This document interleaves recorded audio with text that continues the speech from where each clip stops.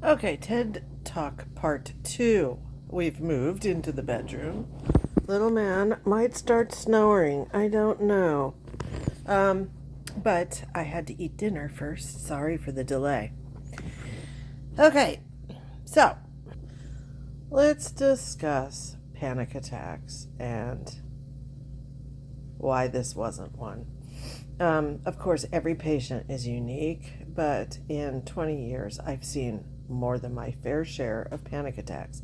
They're quite common. Um, you have your generalized anxiety disorder, you have social anxiety disorder, you can have people with PTSD, CPTSD, who trigger into a panic attack or vice versa. And then you have your classic panic attack.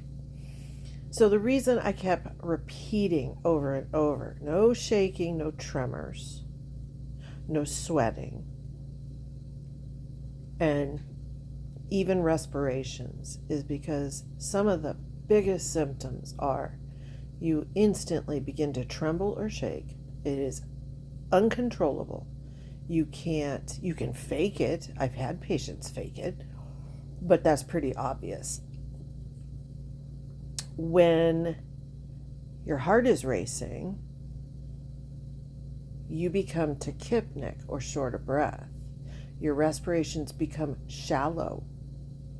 And you'll see someone with a normal 16 to 20 a minute respiration shoot up to 40. And then they get the tingling limbs. They're hyperventilating themselves. They can get chest pain. They can get nausea.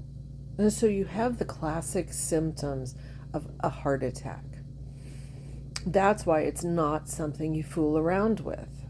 If you feel short of breath and have chest pain and feel tingly in your arm, definitely call EMS because you're not a doctor. You can't tell whether you are having an MI or you're having a panic attack. And I have seen more than my fair share of panic attacks with abnormal EKGs, and they weren't having heart attacks. But that's how severe it affects the central nervous system. It's a trigger of the fight or flight side of our brain. And unfortunately, those are all involuntary. It's it's your respirations, your cardiac. You can't control those things. So picking out somebody who isn't being honest about having a panic attack is kind of simple. The other thing is when you become tachypnic or short of breath, you generally also sweat. It can be a cold sweat, it can be a hot flush, it can be, but you're going to sweat. You're going to profusely sweat. It's just an involuntary reaction, and it occurs in combination with hyperventilating. So you can get all kinds of things with a real panic attack. That's just the physiologic side. Then there's the mental side. So here's my guess as to why she's doing this. Whoever this chick is, who she got the stun gun to keep away and all that crap, whoever's making the videos calling her out, I have no idea because I don't watch these two very often. And don't get me started on Aaron, please.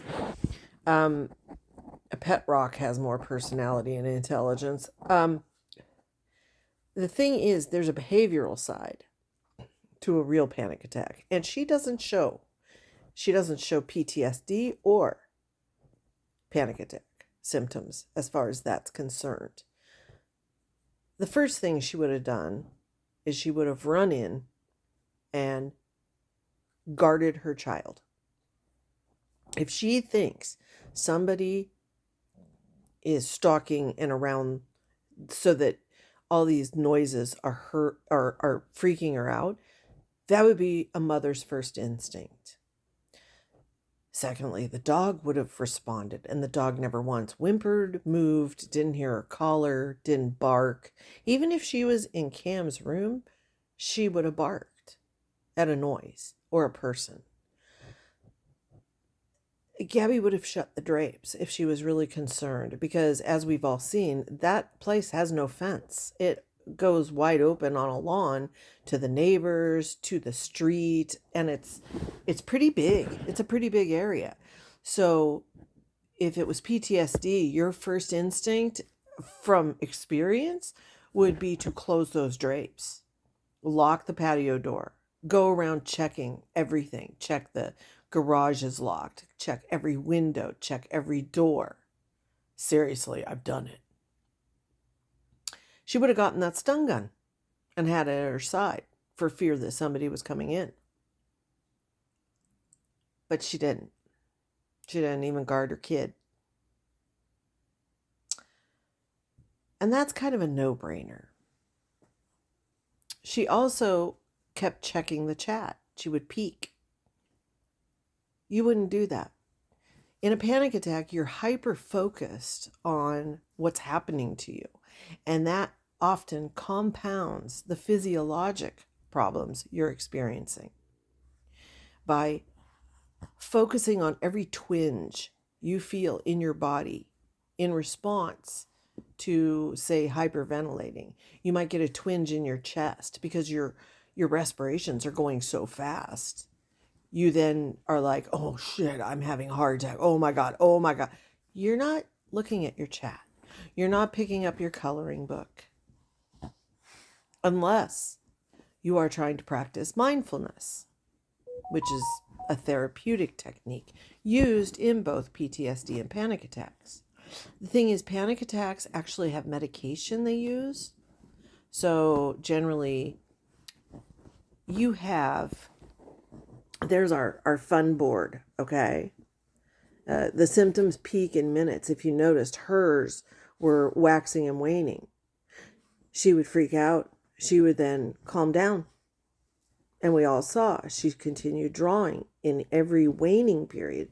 She was drawing. She had a steady hand, even respirations, no sweating.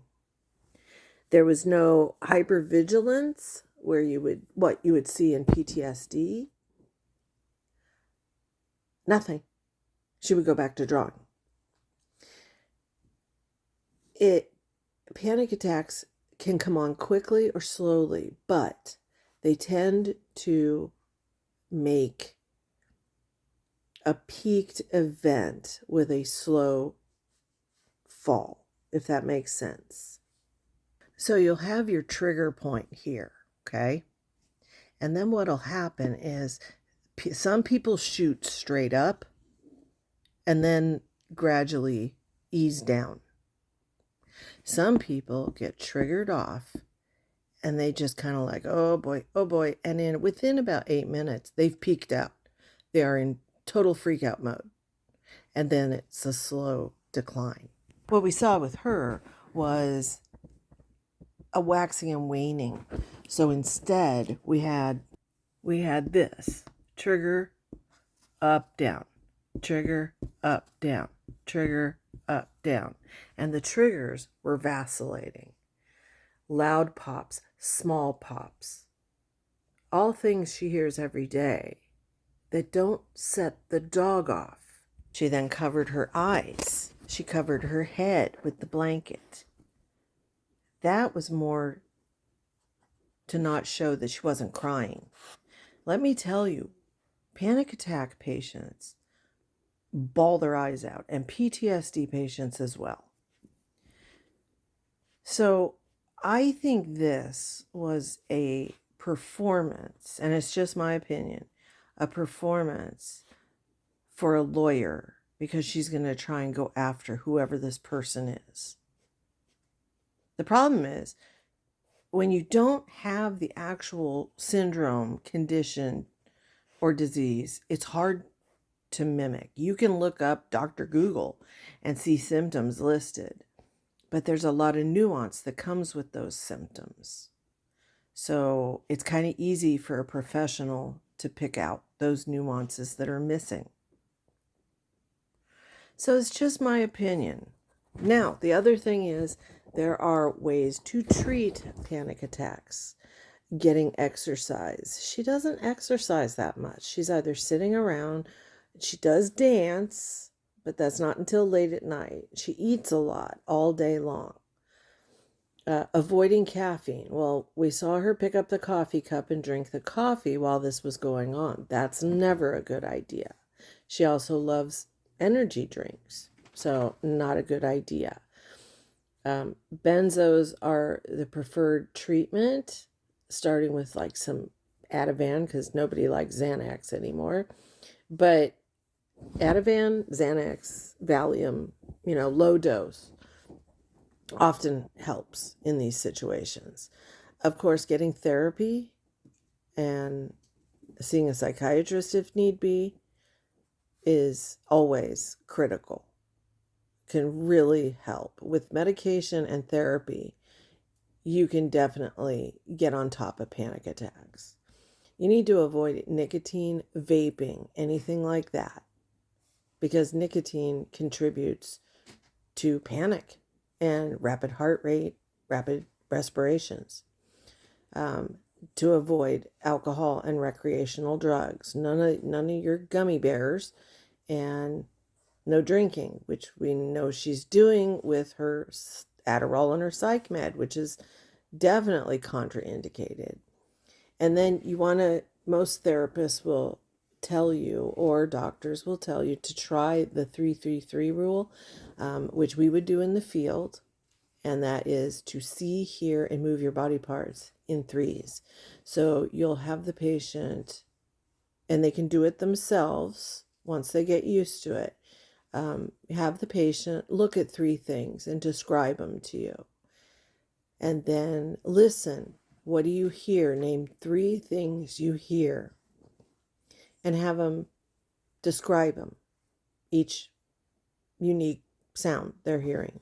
And then to move 3 individual body parts. Roll your neck, flex your arm, bend your knee, roll your ankle, anything like that. Because what that does is it refocuses your brain. It's kind of like in a seizure when you have the postictal period and you're resetting the electrical system in the postictal phase. The 3-3-3 rule kind of breaks the panic and refocuses your brain to pay attention to something other than your symptoms or the panic. So she needs to treat her body better, and she needs to stop this. I don't know if it's because of this lady. I just have a hunch that's why. It could be in response to Danny being home from the hospital and being on live a few times today. Don't know, but this happened on the 11th. So she wasn't home yet, I don't believe. I think she came home on the 11th. I don't know. Something tells me this was because of whoever this woman is. If y'all know, I'm sure you do. I'm not interested to find out because I don't believe somebody's cyberbullying, stalking this person at all. Okay, that was part 2, and hope you liked your lesson.